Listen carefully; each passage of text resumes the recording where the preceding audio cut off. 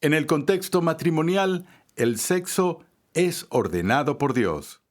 Dios entiende la santidad de esa intimidad que se da cuando dos personas pueden estar desnudas y sin vergüenza dentro del contexto del matrimonio. Así es que Dios no está diciendo que el sexo está mal. Él lo crea, Él lo ordena, pero Él lo regula.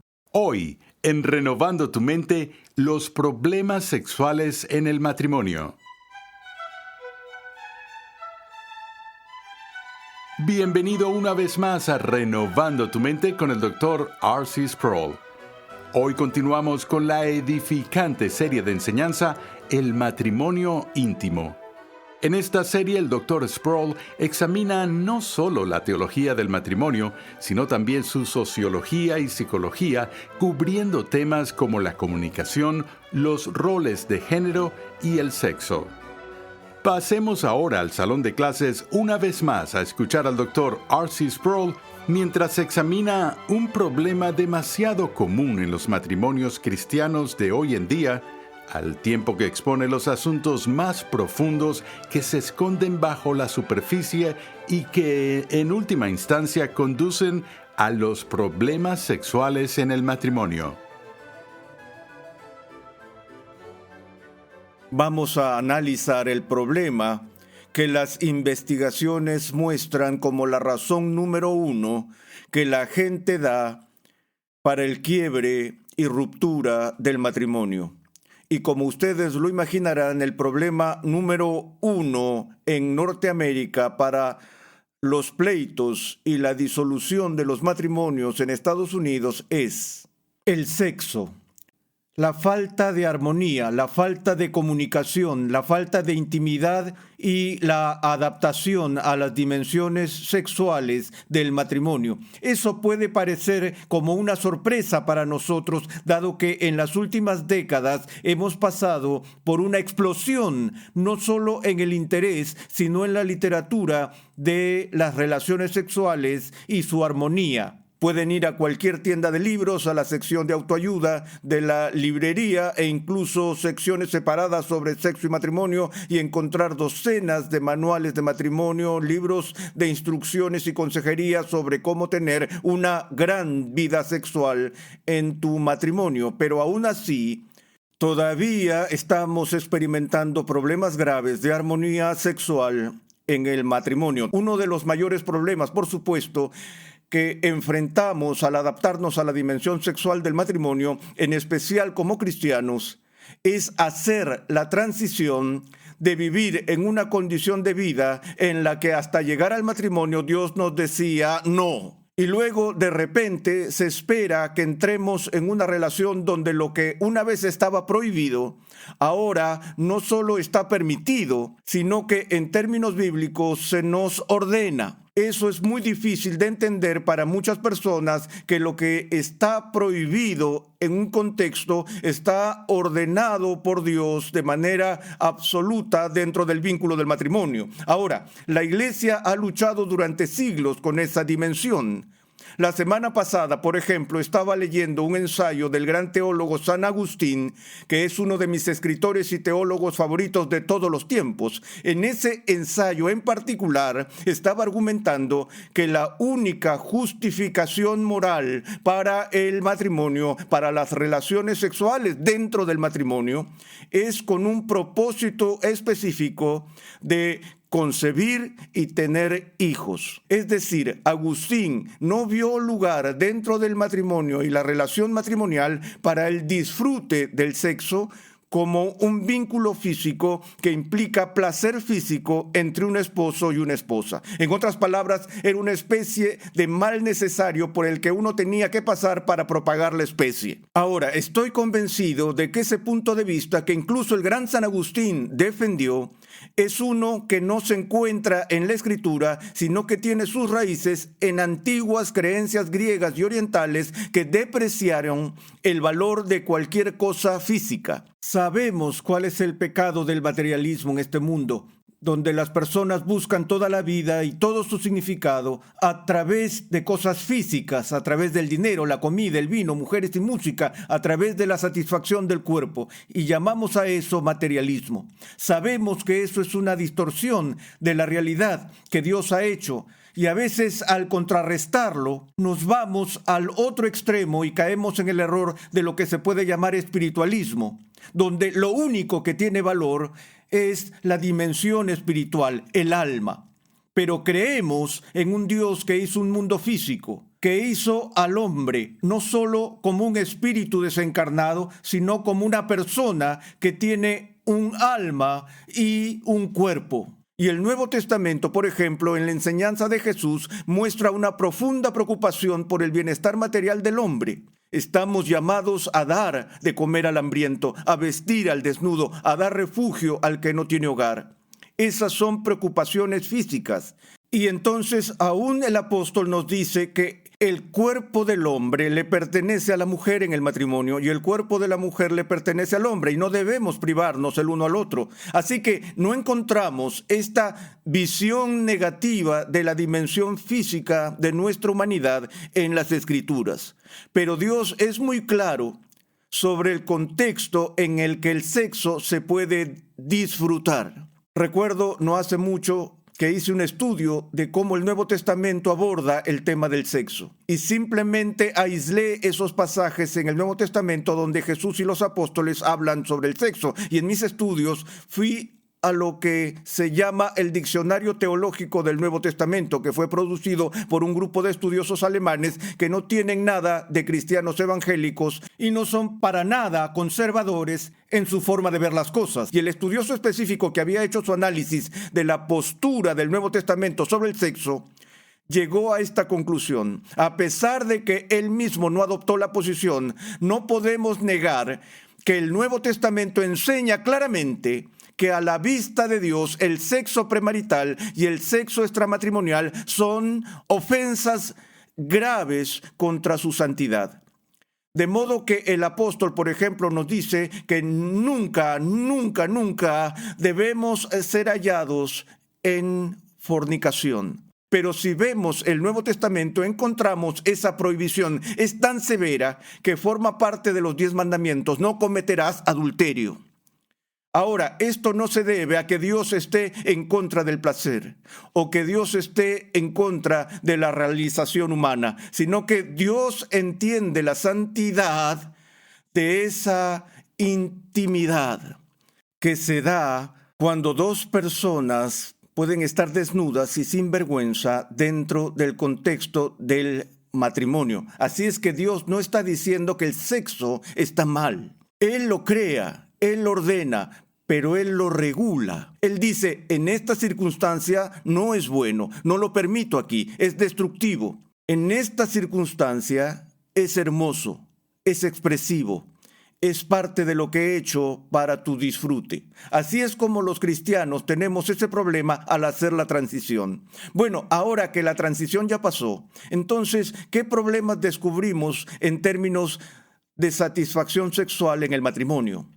Los dos mayores problemas que encontramos en el matrimonio con respecto al sexo son, en el caso de los hombres, la impotencia, lo deletré bien, y en el caso de las mujeres usamos términos como frigidez. Esos términos me molestan porque ninguno de ellos es preciso en términos absolutos. Nadie es absolutamente impotente y nadie tiene absoluta frigidez. Estos términos representan una gama, grados que se refieren a cuán libres nos sentimos para expresarnos sexualmente en la unión matrimonial. Por lo que tenemos que pensar en términos de grados de impotencia o grados de frigidez. Ahora, la impotencia, por supuesto, solo significa una falta de fuerza, una falta de poder. La palabra frigidez es un término interesante porque sugiere frialdad, sugiere que alguien está congelado. Lo que ambos términos están describiendo es un cierto nivel de parálisis en la actividad sexual. Lo que hemos estado pasando por alto en matrimonios saludables es el problema de la parálisis sexual. Y se ha vuelto tan significativo que ahora vemos clínicas que surgen en todo Estados Unidos dirigiendo la atención médica a una investigación científica de lo que se llama disfunción sexual, con el fin de ayudar a quienes tienen problemas que están destruyendo sus matrimonios. El problema es serio, lo tengo que decir. Son pocas, si es que hay, las clínicas cristianas notables que investiguen la disfunción sexual. Porque si alguien debe ser consciente de lo grave que es esto en los matrimonios, esa debe ser la iglesia. El pastorado tiene que lidiar con esto todos los días. Y tenemos muy pocos recursos a los que podamos orientar a las personas que tienen problemas serios como ese y que puedan asistir sin comprometer sus propios sistemas de valor y ética cristiana. Pero necesitamos ayuda para hacer frente a estas formas de parálisis. Ahora, cada vez que encuentro una forma de parálisis, busco de inmediato una de dos cosas. Hay dos cosas en nuestras experiencias emocionales que contribuyen una y otra vez a todo tipo de parálisis y son miedo y culpa. Y estas dos, por cierto, a menudo están muy relacionadas. Solemos decir que alguien está paralizado de miedo, congelado de miedo, se detiene en su andar, no puede moverse, no puede gritar, duda. El miedo paraliza. Por lo que descubrimos que en problemas sexuales hay una enorme cantidad de miedo en el dormitorio cristiano. ¿En qué consisten esos miedos? ¿A qué le tememos? Bueno, hay muchas cosas. Creo que tanto en el caso de la impotencia como de la frigidez, uno de los elementos más significativos del miedo es el miedo a cómo nos desempeñamos. Esta es una de las consecuencias al problema de la explosión de la literatura sexual, donde ahora abunda el mito de que para que alguien sea sano y normal, tiene que ser capaz de tener supersexo, tanto la mujer como el hombre. Tenemos todas esas imágenes que son imágenes mitológicas que Hollywood muestra del superatleta sexual masculino y la mujer que es una modelo de pasarela, ya saben, simplemente no es cierto. Pero no se le puede decir eso a esa persona cuando está entrando en la relación y está sintiendo la presión para desempeñarse bien. El año pasado vi una lista de las 10 fobias más comunes de los estadounidenses. ¿Sabes cuál es la fobia número 1 en los Estados Unidos? No sé dónde estaba la muerte. El miedo a la muerte llega a 4 o 5 en algún lugar de la lista. Me sorprendió. ¿Sabes cuál es la fobia número 1 en los Estados Unidos de América? Miedo a ponerse de pie frente a un grupo y hablar. Eso es lo que asusta a más gente que cualquier otra cosa. Damas y caballeros, puedo identificarme con eso. Todos ustedes han vivido la situación en la que alguien se levanta para hablar y abre la boca, pero nada sale, porque han sido paralizados por su miedo. Cuando siento miedo a hablar, no es porque voy a enseñar lo incorrecto o porque voy a olvidarme las palabras, sino es por la presión para hacerlo bien. Uno pensaría que cuanto más hables, más fácil se le hace a uno hablar. En cierto sentido sí, pero cuanto más hablas, alcanzas una reputación por cómo hablas y mayor es la expectativa del público. Y mientras mayor sea la expectativa, más presión hay sobre ti y más presión. De hecho, creo que pararé ahora mismo y saldré de aquí porque no lo soporto. Saben, casi estoy ahogado. Hablamos de ahogarnos y ahogarse. Es una parálisis del cuello traída y provocada por el miedo. Lo vemos con los atletas bajo estrés, porque tienen miedo de no rendir al nivel de la expectativa que se espera de ellos. Bueno, nuestra relación sexual no está en exhibición. Nadie está llevando la cuenta. Es para la intimidad de dos personas que están involucradas y debe afianzarse sobre la base del amor. Eso no significa solo un sentimiento emocional. Eso significa un fundamento donde el sexo no es arrancado de la relación de amor, sino que el sexo se convierte en una expresión de amor. Escucho a la gente decir, tuvimos sexo 2 veces la semana pasada. Como si el sexo fuera algo distinto al amor. El sexo fue simplemente una actividad física. Bueno, para los hombres parece más fácil separar el sexo del amor. Eso es lo que las investigaciones indican, que los hombres pueden disfrutar del sexo sin amor. Es por eso que existen las prostitutas y es por eso que es la profesión más antigua, para que los hombres puedan tener placer sin amor. Y cada mujer lo sabe. Cada mujer duda cuando el hombre dice te amo, porque al traducirse la mujer escucha quiero sexo contigo. Y para tener sexo contigo tengo que decirte que te amo. Se espera que la mujer entonces muestre su amor por su marido, no dándole amor, sino dándole sexo. Y eso acumula resentimientos y mala comunicación que estrangula y paraliza la relación. Pero si el sexo es una expresión de amor y entiendo que mi esposo está comprometida conmigo y ella entiende que la amo, entonces la presión para desempeñarse disminuye. Mientras más demuestro mi amor, más libre se sentirá mi esposa para relajarse sexualmente. Mientras más me demuestre amor mi esposa, más podré vivir sin miedo, porque es el perfecto amor, dice la Biblia, el que echa fuera el temor. ¿Qué otras cosas están involucradas en el temor al sexo? Una de las cosas que cada vez son más evidentes en nuestra sociedad, en especial para la mujer, es el miedo a ser lastimada físicamente. El maltrato a la mujer no es solo una rara incidencia en nuestra sociedad. No puedo decirles cuántas mujeres he tratado en consejerías que han sido maltratadas como esposas o cuando eran niñas. Han sido abusadas sexualmente, han resultado heridas. Los hombres han utilizado su fuerza para obligar a las mujeres a someterse a sus insinuaciones.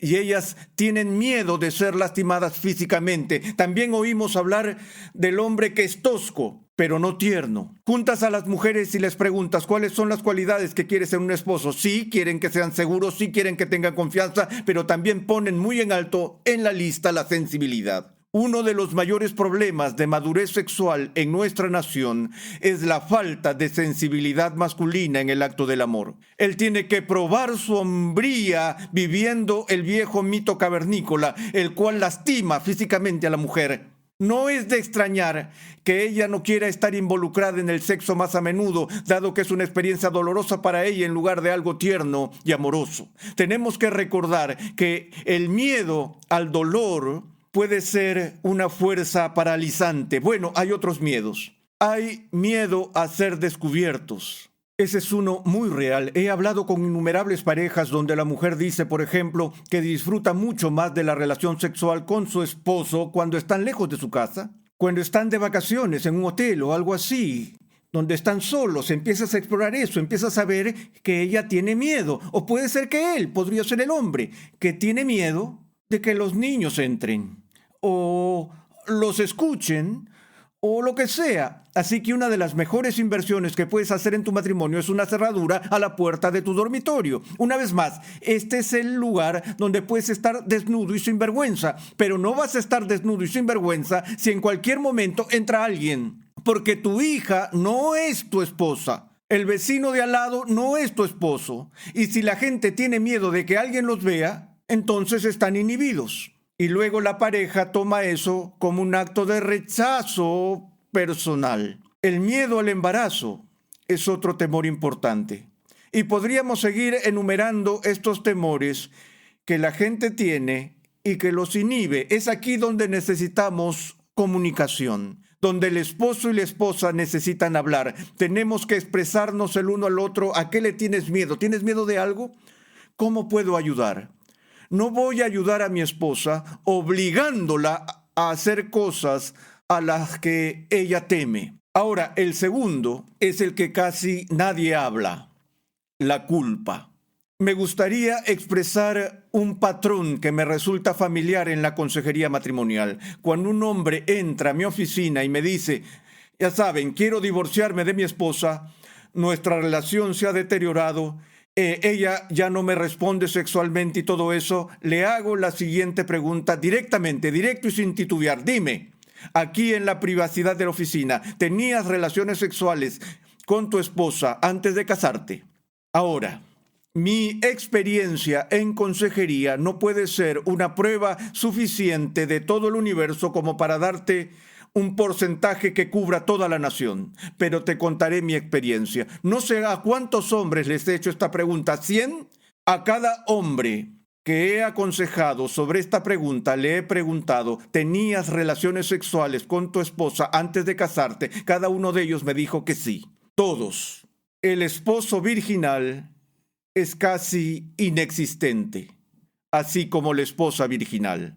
Así que después de que me dijeran esto, que si tuvieron relaciones sexuales con su esposa antes de casarse, les hago esta pregunta. En tu opinión, ¿tu esposa era más receptiva sexualmente o menos receptiva sexualmente antes de casarse?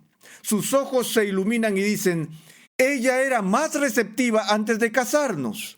Y me mira como si yo fuese un médico brujo que hace vudú. Él dice, ¿cómo sabías eso? Lo sé porque lo he oído tantas veces.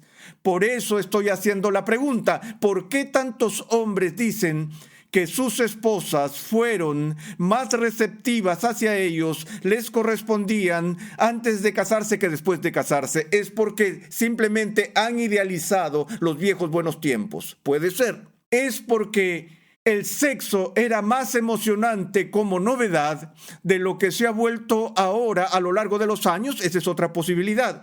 Y hay una tercera posibilidad de que la mujer solo puede responder cuando se encuentra en una situación tabú. Cuando le es permitido desenvolverse sexualmente, se aburre y no le importa. Hay todo tipo de razones que explicarían por qué los hombres dicen que sus esposas fueron más receptivas antes. Pero un factor que tenemos que considerar aquí es que puede ser cierto. De hecho, sí puede ser que la mujer fuese más receptiva y de repente sea menos receptiva. Puede que lo sea porque llevó al matrimonio toda carga de culpa y resentimiento, porque el marido la manipulaba y persuadía para hacer lo que estaba tratando de no hacer antes de casarse. Ahora, ella lleva ese resentimiento, pero lo que es peor, sigue cargando la culpa. ¿Qué haces en un caso así? Bueno, de nuevo, podemos recibir todo tipo de terapia médica del mundo, de consejeros seculares y de ministros. Y la terapia habitual en nuestros días es algo como lo siguiente. Tienes que entender que lo que hiciste antes de casarte estaba bien. Todo el mundo lo hace. El informe Kinsey, el informe Chapman indican que la abrumadora mayoría de la gente lo hace, y dado que la abrumadora mayoría de la gente lo hace, eso indica que es normal. Y si es normal, es saludable. Y esto es solo parte de tu proceso de maduración para convertirte en un ser humano responsable. Hemos oído esa frase 1,000,000 de veces. Hice que una mujer que estaba a punto de casarse viniera a verme. Ella había estado comprometida durante más o menos 1 año. Cuando vino, ella se sentía con mucha culpa y me dijo, ¿qué voy a hacer? Me dijo, me siento tan culpable, he estado teniendo relaciones sexuales con mi prometido. Ella me dijo, y fui a ver a mi ministro, y mi ministro me dijo, mira, la manera de superar esto es entender que la razón por la que te sientes culpable es que has sido víctima de esta cultura estricta, rígida, victoriana, puritana, con sus tabús. Y ahora tienes que crecer, madurar y entender que no eres promiscua, tú solo has sido un adulto responsable. Y ella dijo, he intentado eso, pero todavía me siento culpable. Entonces le dije, bueno, la razón por la que todavía te sientes culpable es porque eres culpable. Le dije, la prohibición de las relaciones sexuales prematrimoniales no fue inventada por Jonathan Edwards o por la reina Victoria. Fue Dios quien dijo que no. Y tú has ofendido a Dios, has transgredido su ley. No importa el hecho de que todos los demás lo estén haciendo. La ley no viene de los psiquiatras, no viene de los ministros, no viene de los consejeros, viene de Dios. Y Dios dijo que no, aún así lo hiciste de todos modos, así que eres culpable. Y lo único que sé es que no lo curará la racionalización. Tu culpa es real. Y si quieres sanarte, tienes que ser realmente perdonada. La única manera que sé cómo conseguir eso es que vayas a tu casa, te pongas de rodillas, le digas a Dios lo que has hecho y confieses tu pecado. Entonces Dios te perdonará de eso. ¿Entiendes que puedes ser virgen de nuevo a la vista de Dios? De modo que necesitamos limpiar el matrimonio, lidiando con la culpa no resuelta, y Dios nos hará libres.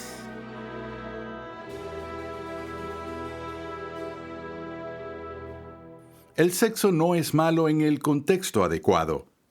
Dios creó el sexo. Él lo ordena y lo regula. La lengua es la fuerza más destructiva a la que se enfrenta el hogar hoy en día. En el siguiente episodio de Renovando tu Mente, R.C. Sproul habla sobre el efecto que las críticas y los elogios tienen tanto en nosotros como en nuestros cónyuges. Renovando tu Mente es una producción de los Ministerios Ligonier, la confraternidad de enseñanza del Dr. R.C. Sproul. Nuestra misión, pasión y propósito es ayudar a las personas a crecer en su conocimiento de Dios y su santidad. Suscríbete a nuestro canal en YouTube, Ministerios Ligonier, para que puedas disfrutar de todo el material de enseñanza que estamos produciendo completamente gratis y en español. Para contactarnos, por favor envíanos un correo electrónico a programa@renovandotumente.org con tus preguntas, testimonios y comentarios. Te invitamos a sintonizar nuestro programa y a unirte a nuestra gran comunidad virtual en las redes sociales.